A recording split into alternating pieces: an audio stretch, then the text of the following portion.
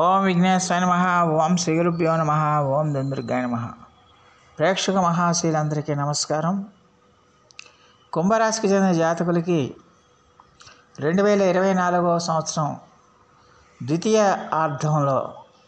అర్ధభాగంలో గోచార ఫలితాలు ఎలాగ ఉంటాయనే విషయాన్ని మనం తెలుసుకునే ప్రయత్నం చేద్దాం.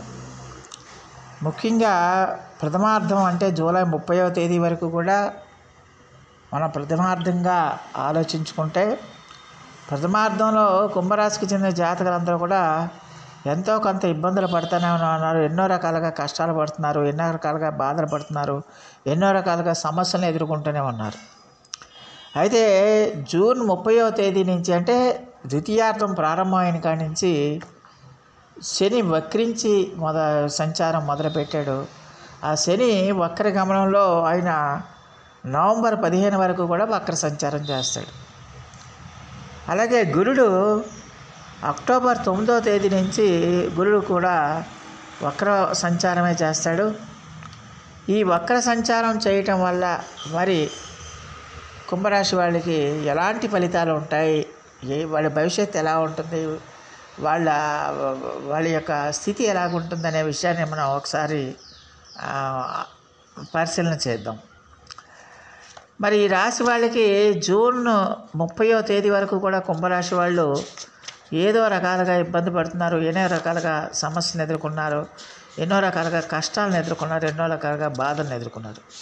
ఆర్థిక సమస్యలు కానీ, కుటుంబ సమస్యలు కానీ, లేకపోతే ఇతర ఉద్యోగ సమస్యలు కానీ, ఇలాంటివన్నీ కూడా కుంభరాశి వాళ్ళని బాధించాయన్న విషయం మన అందరికీ తెలిసిందే. అయితే జూన్ 30వ తేదీ నుంచి శని వక్రించడం వల్ల, ఆ శని వక్రించి సంచారం మొదలుపెట్టాడు. అంటే శని యొక్క దృష్టి కుంభరాశి వాళ్ళకి 1000 స్థానం మీద పడుతుంది, అంటే మకర రాశి మీద పడుతుంది, అంటే 12వ స్థానం మీద పడుతుంది. ఈ 12వ స్థానం మీద పడటం వల్ల శని భగవానుడు మళ్ళీ కుంభరాశి వాళ్ళకి గతంలో ఖర్చు అయిపోయిన విషయాలు ఏమైనా ఉంటాయి, అంటే ఖర్చు అయిపోవడం అంటే గతంలో ఆర్థిక సంబంధమైన విషయాలు ఏమైనా, మీరు గతంలో ఏదైనా రాంగ్ స్టెప్స్ వేసి ఉంటే, తప్పుడు నిర్ణయాలతో రాంగ్ స్టెప్స్ చేసి ఉంటే, మీరు తప్పుడు నిర్ణయాలు తీసుకుని డబ్బు విపరీతంగా ఖర్చు పెట్టుంటే, అలాంటి వాటిలన్నింటికి కూడా కొంచెం మళ్ళీ ఇంకొకసారి శని భగవానుడు మీకు వాటిని సరిదిద్దుకోవడానికి, ఆ తప్పుల్ని సరిదిద్దుకోవడానికి శని భగవానుడు మీకు సహకారాన్ని అందిస్తాడు. అంటే ఆ తప్పులను సరిదిద్దుకుంటే కనుక ఖచ్చితంగా మళ్ళీ మీకు పరిస్థితులన్నీ కూడా సానుకూల పడతాయన్న విషయాన్ని గమనించాల్సిన అవసరం ఎంతైనా ఉంటుంది. అందువల్ల గతంలో మీరు ఏమైనా రాంగ్ ఇన్వెస్ట్మెంట్స్ చేసి ఉంటే వాటిని పునఃపరిశీలన చేసుకోవాల్సిన అవసరం ఎంతైనా ఉంటుంది. అలాగే గతంలో మీరు అనవసర ధనం వ్యయం చేస్తుంటే, డబ్బును అనవసరంగా ధనం వ్యయం చేస్తుంటే, ఇతరులకి ఖర్చు పెట్టడం కానీ, ఇతరులకి పెట్టుబడులు పెట్టడం కానీ, ఇతరులకు అప్పులు ఇవ్వడం కానీ, ఏదైనా సరే అవన్నీ కూడా మీకు మళ్ళీ దాన్ని రెక్టిఫై చేసుకుని మళ్ళీ మీరు కనుక ప్రయత్నాలు పెడితే కనుక ఖచ్చితంగా ఆ డబ్బులంతా కూడా మళ్ళీ మీకు సమకూరడానికి ఎక్కువగా అవకాశం ఉంటుందన్న విషయాన్ని గమనించాల్సిన అవసరం ఉంటుంది. అయితే ఖచ్చితంగా కూడా మరి ఈ రాశికి చెందిన జాతకులకి మరి గురుడు అక్టోబర్ 9వ తేదీ నుంచి వక్ర స్థానంలోకి వెళ్ళాడు కాబట్టి, వక్రంలోకి వెళ్తున్నాడు కాబట్టి, ఆ వక్రంలోకి వెళ్ళిన కాడి నుంచి కూడా ఖచ్చితంగా కూడా మరి గురుడు 3, 7, 11 స్థానాల మీద దృష్టి పెడతాడన్న విషయాన్ని గమనించాల్సిన అవసరం ఎంతైనా ఉంటుంది. ఈ 3, 7, 11 స్థానాల మీద దృష్టి పెట్టడం వల్ల కుంభరాశి వాళ్ళకి ఖచ్చితంగా కూడా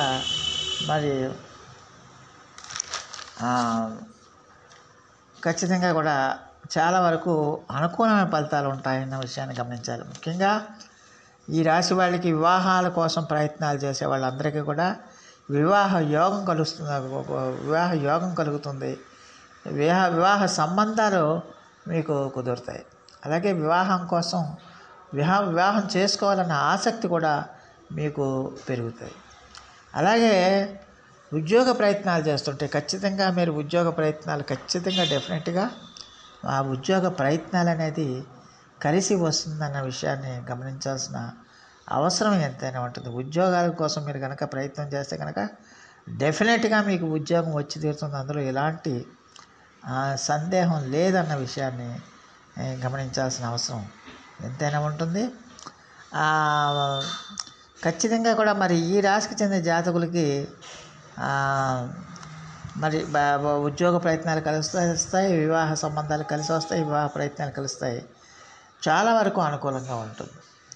గతంలో మీరు ఏమైనా ఉద్యోగాలు చేసే ఉద్యోగాలు పోగొట్టుకుంటే మళ్ళీ ఉద్యోగాలు కనుక ఆ ప్రయత్నాలు కనుక మొదలు పెడితే ఖచ్చితంగా మీకు చాలా వరకు అనుకూలంగా ఉంటుంది. అవన్నీ కూడా సత్ఫలితాలను ఇస్తాయి. విద్యార్థులు కూడా మీరు కష్టపడి చదివితే కనుక మాత్రం ఖచ్చితంగా మంచి ఫలితాలు ఉంటాయి. అందులో ఎలాంటి సందేహం లేదన్న విషయాన్ని గమనించాల్సిన అవసరం ఉంటుంది. అలాగే జూలై 12వ తేదీ నుంచి కుజుడు తన రాశి మారుతున్నాడు. అంటే ఆయన తృతీయ స్థానం నుంచి, కుంభరాశి వాళ్ళకి తృతీయ స్థానం నుంచి చతుర్థ స్థానంలోకి వెళ్తున్నాడు. ఈ చతుర్థ స్థానంలో గురుడితో కలుస్తున్నాడు ఆయన. ఆ కుజుడు యొక్క దృష్టి ఖచ్చితంగా కూడా మన గురువుతో కలుస్తున్నాడు. ఈ కుజుడు గురుడు కూడా దశమ స్థానాన్ని చూస్తాయి. ఈ కుజ గురులు ఇద్దరు కూడా దశమ స్థానం మీద వాళ్ళ యొక్క దృష్టి పడుతుంది. అలాగే శని యొక్క దృష్టి కూడా దశమ స్థానం మీద పడుతుంది. కాబట్టి ఖచ్చితంగా కూడా మరి ఈ రాశికి చెందిన జాతకులకి ఖచ్చితంగా కూడా ఆగస్టు 28 లోపు, ఎందుకంటే జూలై 12 నుంచి ఆగస్టు 28 వరకు కూడా కుజుడు చతుర్థ స్థానంలోకి ఉంటాడు. కాబట్టి జూలై 12 నుంచి ఆగస్టు 28 లోపు మీరు ఉద్యోగాల కోసం కనుక ప్రయత్నాలు చేస్తుంటే డెఫినెట్గా ఉద్యోగం వచ్చి తీరుతుంది. అందులో ఎలాంటి సందేహం లేదన్న విషయాన్ని గమనించాలి. అలాగే గవర్నమెంట్ ఉద్యోగస్తులకి, ప్రభుత్వ ఉద్యోగస్తులకి, ఈ సివిల్ సర్వీసెస్ అవి రాసిన వాళ్ళకి వీళ్ళందరికీ కూడా చాలా వరకు కూడా అనుకూలంగా ఉంటుంది. విద్యార్థులు కూడా చదువు మీద దృష్టి పెడితే వాళ్ళకి చాలా బ్రహ్మాండమైన ఫలితాలు ఉంటాయనే విషయాన్ని గమనించాల్సిన అవసరం ఎంతైనా ఉంటుంది. అలాగే ఖచ్చితంగా కూడా మరి ఈ రాశికి చెందిన జాతకులకు మరి ద్వితీయ స్థానంలో రాహు ఉన్నాడు, అలాగే అష్టమ స్థానంలో కేతు ఉన్నాడు. కాబట్టి ఖచ్చితంగా కుటుంబ పరంగా, ఆరోగ్యపరంగా మీరు కొంచెం జాగ్రత్తలు తీసుకోవాల్సిన అవసరం ఉంటుంది. ద్వితీయంలో రాహు ఎప్పుడు కూడా మిమ్మల్ని రాంగ్ రూట్లోకి వెళ్ళడానికి ప్రేరేపిస్తాడంటే అక్రమ మార్గాలు, అది ఏదైనా సరే అది అక్రమ మార్గాల వైపు వెళ్ళడానికి ప్రేరేపిస్తాడో, మాయ చేస్తాడో, ఇలాంటివన్నీ చేయడానికి అవకాశం ఉంటుంది. మాయ చేసి మిమ్మల్ని ఒక రాంగ్ రూట్లోకి వెళ్ళడానికి ప్రేరేపిస్తాడు రాహు. అలాగే కేతువు కూడా మీకు అకస్మాత్తు సంఘటనలు కలగజేస్తాడు. అందువల్ల రోడ్ల మీద ప్రయాణాలు చేస్తున్నప్పుడు కానీ, వెహికల్స్ నడుపుతున్నప్పుడు కానీ ఖచ్చితంగా కుంభరాశి వాళ్ళు జాగ్రత్తగా ఉండాల్సిన అవసరం ఎంతైనా ఉంటుంది.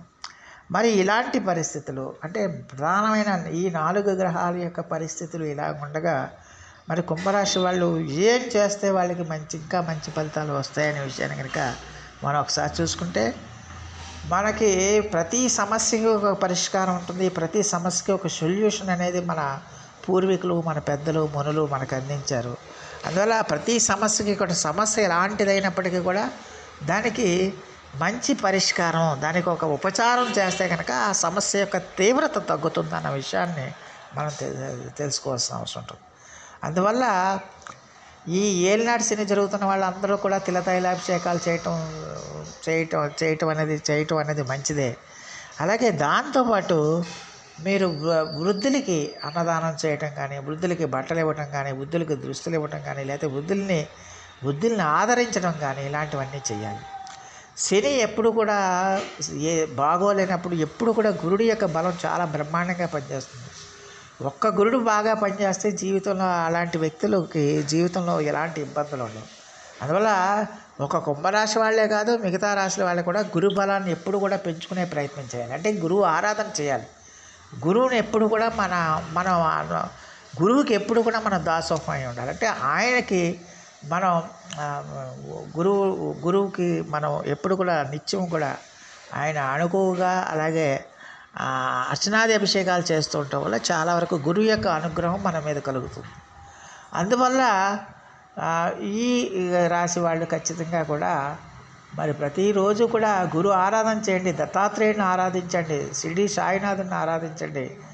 అలాగే గురు సంబంధమైన ఆరాధన, మీకు ఏ గురువులైనా సరే గురు సంబంధమైన ఆరాధన, గురువుకి సంబంధించిన ఆలయాల్ని మీరు సందర్శిస్తూ ఉంటే చాలా వరకు కూడా ఈ శని తీవ్రత ఏదైతే ఉందో, మిగతా గ్రహాల యొక్క తీవ్రత ఏదైతే ఉందో ఆ తీవ్రత తగ్గుతుందన్న విషయాన్ని గమనించాల్సిన అవసరం ఉంటుంది. అంటే ఈ పరిహారం ఒక్క కుంభరాశి వాళ్ళకే కాదు, మిగతా రాశి వాళ్ళు కూడా అనుసరించవచ్చు.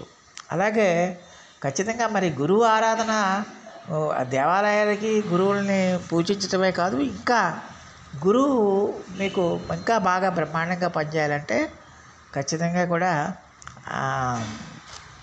మీరు గోవుల్ని కూడా మీరు ఆరాధించడం వల్ల చాలా వరకు కూడా మంచి ఫలితాలు ఉంటాయి. గోవుల్ని సేవించడం వల్ల మీకు అద్భుతమైన ఫలితాలు ఉంటాయి. అందువల్ల గోవులకి గ్రాసం పెట్టండి, గోవులకి శనగలు నానబెట్టి పెట్టండి, అలాగే గోవులకి అట్టుపళ్ళు పెట్టండి. ఇలా పెట్టడం వల్ల ఏంటంటే ఖచ్చితంగా ఆ గురువు యొక్క బలం పెరుగుతుంది. ఎప్పుడైతే గురువు యొక్క బలం పెరుగుతుందో శని యొక్క తీవ్రత ఉన్న, మిగతా గ్రహాల యొక్క తీవ్రత ఉన్న వాటిని మీరు తట్టుకుని ముందుకెళ్ళే పరిస్థితులు ఉంటాయన్న విషయాన్ని గమనించాల్సిన అవసరం ఎంతైనా ఉంటుంది. అలాగే నిత్యము కూడా ప్రతి ఒక్కరూ కూడా, ఎందుకంటే రాహు ఎప్పుడు ఏం మాయ చేస్తాడో ఎవరికి తెలియదు. అందువల్ల నిత్యము కూడా అమ్మవారి ఆరాధన చేయాలి, అమ్మవారి జపం చేయాలి. చండీమాత కానీ దుర్గామాత కానీ ఇలా ఎవరైనా సరే అమ్మవారి యొక్క ఆరాధన చేసి అమ్మవారి యొక్క స్తోత్ర పఠనం చేస్తే ఆ మెదడు, మీ మైండ్ అనేది కంట్రోల్లో ఉంటుంది, బుద్ధి అనేది కంట్రోల్లో ఉంటుంది. ఇలాంటి తప్పుడు ఆలోచనలకి మీ మైండ్ ప్రేరేపించదు. మీరు సక్రమ మార్గంలో వెళ్ళడానికి, మంచి నిర్ణయాలు తీసుకోవడానికి అవకాశం ఉంటుందన్న విషయాన్ని గమనించాల్సిన అవసరం ఉంటుంది. సో ఆ దేవదేవుడు మీ అందరికీ కూడా ఆరోగ్య ఐశ్వర్యాలు ఇవ్వాలని మనస్ఫూర్తిగా వేడుకుంటూ, ఈ నా వీడియో కనుక మీకు నచ్చితే లైక్ చేయండి, షేర్ చేయండి, కామెంట్ చేయండి, సబ్స్క్రైబ్ చేయండి. సర్వే జనా సుఖినో భవంతు. నమస్కారం.